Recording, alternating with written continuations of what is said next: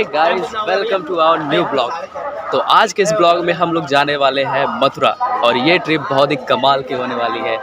तो आप भी हमारे साथ एंजॉय करना चाहते हैं इस जर्नी में, तो आइए हमारे साथ। Okay okay thank you. कम से कम एक बार बता तो देते कि हम नहीं। ये ना जाने वाला है। मैं नहीं जाने वाला हूँ भाई, मैं तो इसे पहुंचाने आया था, इसको पता ही नहीं था रेलवे स्टेशन कहाँ पे है। अच्छा, मुझे नहीं पता था। इनका शुक्रिया अदा मैं करना चाहूँगा कि ये मुझे रेलवे स्टेशन पर अबे जल्दी बोल, कल सुबह पनवेल निकलना है। रेलवे स्टेशन पर पहुंचाने आए थे। बहुत बहुत धन्यवाद भाई साहब। कोई बात अब आप नहीं, जाइए। Bye bye bye bye. अभी हम लोग मथुरा पहुंच चुके हैं। अब मथुरा में चलते हैं घूमने कृष्ण जन्मभूमि। भैया जगह नहीं है क्या? बहुत जगह है। अरे बहुत जगह है, नहीं जगह है, बोल रहे बहुत जगह है। A few moments later. सामने जो गेट दिख रहा है आपको, हम इसी गेट से अंदर एंट्री करने वाले हैं। मोबाइल फोन वगैरह अलाउ नहीं है, इसलिए अंदर नहीं जा सकते रिकॉर्ड करने के लिए। बैग में रख के जमा कर सकते हैं। लाइन थोड़ी सी लंबी थी तो हमें कुछ देर वेट करना पड़ा और बैग जमा करने के लिए हमें पैसे भी देने पड़े। अंदर घूमने में हमें बिल्कुल भी ज्यादा समय नहीं लगा क्योंकि अंदर भीड़ कम थी और हमारे पास कैमरे भी नहीं थे। तो अभी कृष्ण जन्मभूमि हम लोग घूम चुके हैं। अब यहाँ से चलते हैं हम लोग आश्रम। आश्रम के लिए हम लोग आ जाते हैं मथुरा से वृंदावन। आश्रम में अंदर जाने से पहले हमारे पास शूज या चप्पल जो कुछ भी था हम लोग चप्पल स्टैंड में उतार देते हैं। फिर उसके बाद मस्त गन्ने का जूस पीते हैं एंड देन अंदर घुसकर हम सबसे पहले विश्राम के लिए बेड बुक करते हैं। हम अपने सारे बैग्स बेड पर रखकर आ जाते हैं कथा हॉल में और थोड़ा ज्ञान अर्जित करते हैं ठाकुर जी से। और कथा के बीच बीच में भजन का आनंद हम खूब भर भर के ले रहे थे। लगभग 3 घंटे तक कथा चलता रहा। कथा के खत्म होने के बाद हम आ जाते हैं बाहर कुछ खाने के लिए। छोले भटूरे से पेट पूजा करके कुछ लोग चले जाते हैं आश्रम में आराम करने के लिए और हम कुछ लोग निकल जाते हैं पास के मंदिर में घूमने के लिए। और यहाँ पर सिस्टम ये था भाई कि अंदर बैग या DSLR लेकर नहीं जा सकते, तो मुझे अपना DSLR लॉकर रूम में जमा करना पड़ा। और अब हम अगर इस मंदिर की बात करें तो आप देख सकते हैं यहाँ की चित्रकारी कितनी बढ़िया और शानदार है। पहाड़ों के ऊपर इतनी विशाल माता रानी की मूर्ति, नीचे मंदिर, झरने, गुफाएं, गुफाओं के अंदर मूर्तियाँ। आई मीन कुछ तो बात है यहाँ पर। ऐसे ही थोड़ी ना भीड़ लगती है यहाँ पर, लोग ऐसे ही दूर दूर से दर्शन करने थोड़ी ना आते हैं। खैर ये तो ऊपर ऊपर का झलक था मंदिर का। अब चलते हैं गुफाओं में। जिस तरह से मंदिर का बाहरी दृश्य बहुत ही आकर्षित था, वैसे ही गुफाओं के अंदर बनी मूर्तियां भी कम नहीं थी। सभी देवी देवताओं की मूर्तियों का दर्शन करते हुए हम लोग निकलते हैं गुफा के दूसरी छोर पर।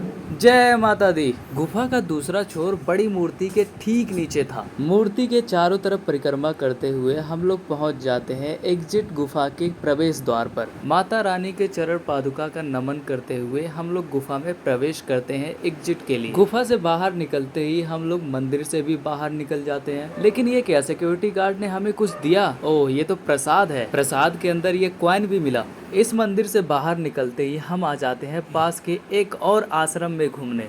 पर अफसोस यहाँ पहुँचने के बाद हमें पता चलता है कि हम काफी लेट हो गए हैं और कथा समाप्त हो चुका होता है। और फिर क्या, यहाँ पिक्चर वगैरह क्लिक करके हम आ जाते हैं आश्रम के मंदिर पर जहाँ पर हम ठहरे हुए हैं। मंदिर कितना आकर्षित है आप खुद ही देख सकते हैं इस वीडियो में।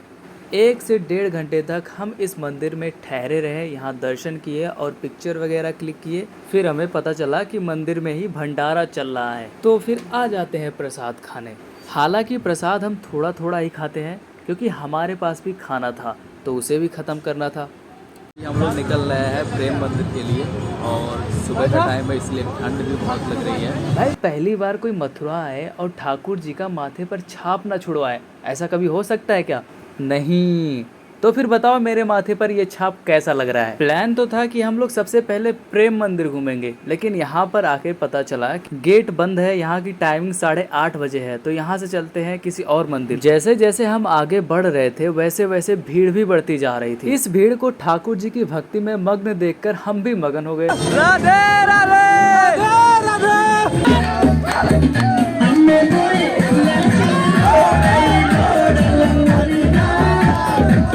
अभी हम लोग पहुंच चुके हैं यमुना घाट। मन तो बहुत था नाव में बैठकर नदी में घूमने की, पर यार पैसे ज्यादा ले रहे थे, इतना कौन लूटता है। अब हम आके अपने शूज चप्पल स्टैंड में जमा करते हैं और निकल जाते हैं दर्शन के लिए बांके बिहारी लाल की।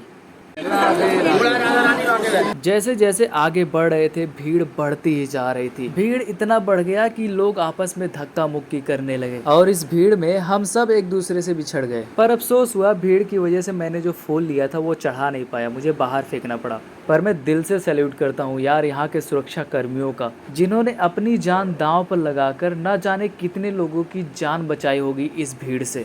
खैर अब आगे बढ़ते हैं। आगे बढ़ते बढ़ते हम आ जाते हैं निधि वन। माना जाता है यहाँ पर श्री कृष्ण और राधा आधी रात के बाद रास रचाते हैं और कहा जाता है कि इनकी रासलीला को जो भी देखता है वह अंधा, बहरा, गूंगा या फिर पागल हो जाता है, ताकि वो किसी को इस रासलीला के बारे में बता ना सके। तो ये कुछ बातें थी जो हमने आपको निधि वन के बारे में बताई। अब आप देखिए हमारा एंजॉयमेंट।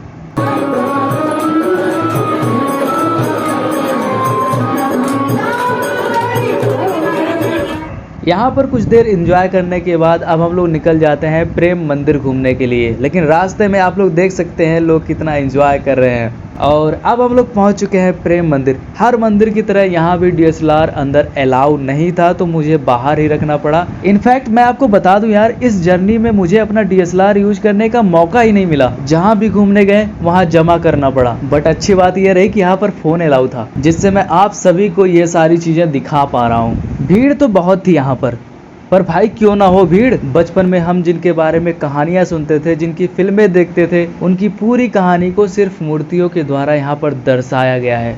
आप देख सकते हैं गोवर्धन पर्वत। शायद ही कोई ऐसा होगा जो इस पर्वत के बारे में नहीं जानता होगा। हमने जो कहानियों में सुना था, फिल्मों में देखा था, बिल्कुल वही दृश्य है ये।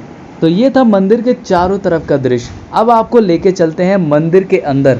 मंदिर के अंदर वीडियोग्राफी अलाउ नहीं था, तो जो कुछ भी रिकॉर्ड हो पाया है रैंडमली आप देख सकते हैं। बट मैं आपको बता दूं कि मेरा फ़ोन भी स्विच ऑफ होने वाला है। बस 2% इसमें चार्ज बचा है एंड जब तक स्विच ऑफ नहीं हो जाता तब तक रिकॉर्ड करते हैं। अब चलते हैं अपनी मंडली के पास, जो कि हमसे पहले घूमकर, थक कर, बैठ कर इंतजार कर रही है हमारा। फ़ोन में चार्ज ना होने की वजह से मैं ब्लॉग यहीं तक ही रिकॉर्ड कर पाया। आई होप आपको ब्लॉग पसंद आया होगा।